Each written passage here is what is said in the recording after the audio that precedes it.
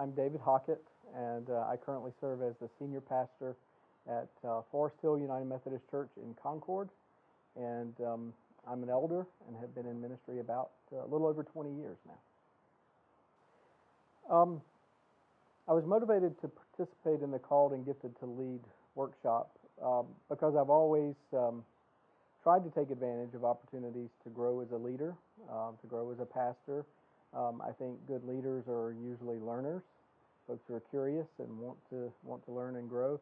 And it just seemed like a good next step, having participated in other leadership seminars and small groups. It just seemed like a good next step for me as a pastor, and hopefully for the churches that I serve. It was nice. It was we met up at oh goodness, you have to help me with it. No, we weren't at Catholic. We were at there we go.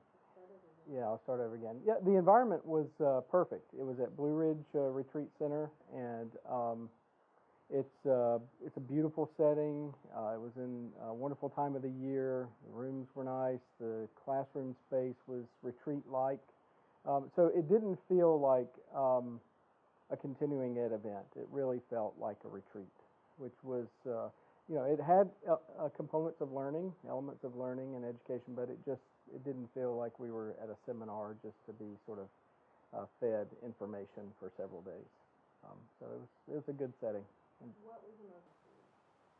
I think the part of the workshop that I drew the most from was my experience with the coach. Getting to work with Dave, I had known him previously, but having him assigned to me as my coach was a real gift. He has a way of framing questions and conversation that sort of gets you to where you need to be without telling you how to get to where you need to be. But he's a guide, but a gentle guide, and a very wise soul, prayerful soul, who also has wonderful leadership gifts that I know he uses in his own local church, but is also using across several denominations. So it's a real gift to work with Dave. I don't know that I learned anything particularly new or surprising.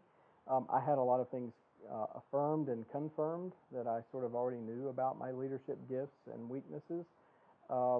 It was a good reminder that one of the things that probably pastors, including myself, don't always do enough of is to reflect on what we've done. We tend to move on, or at least I tend to move on to the next thing pretty quickly.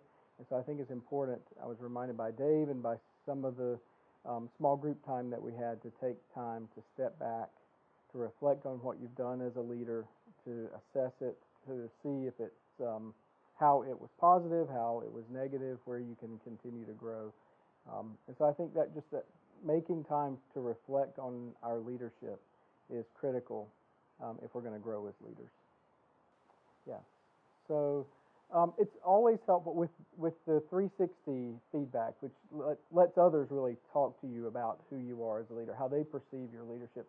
That's always helpful because I think we can be somewhat self-deceptive at times, and we think we know how we lead, and we think we know what we're good at and what we're not good at. But it's always good to have someone else who you trust to say, "This is what I see in you as a leader, as a pastor." I did create a leadership development plan with Dave, with my coach, after the event. We had another couple of conversations over the phone, and I developed a plan primarily to help me do what I saw as maybe a piece that's missing from leadership somewhat, and that is reflection.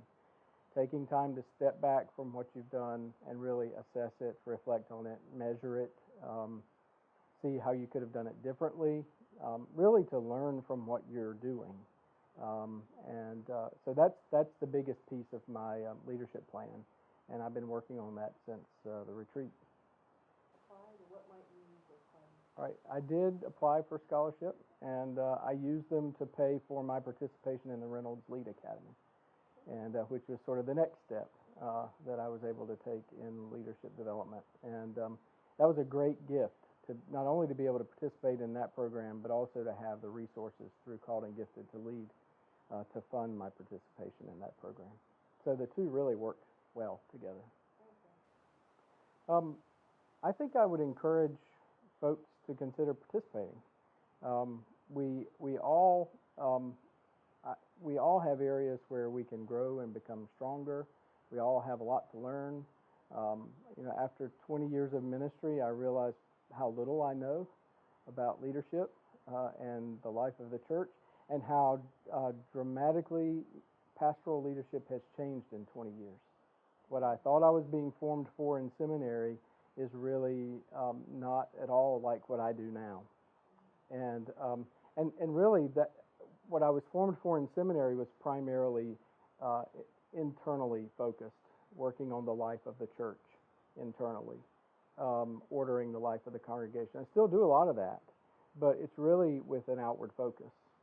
And most of us who were trained 20 years ago, we didn't talk about that a lot in seminary, which is now, to say that out loud is surprising, that we wouldn't talk about that a lot in seminary or in other training. But I would encourage others to take advantage of it. It's a wonderful opportunity. It helps you see yourself in a different light. It helps you maybe gain some better self-awareness about who you are as a pastor and a leader within the life of the church.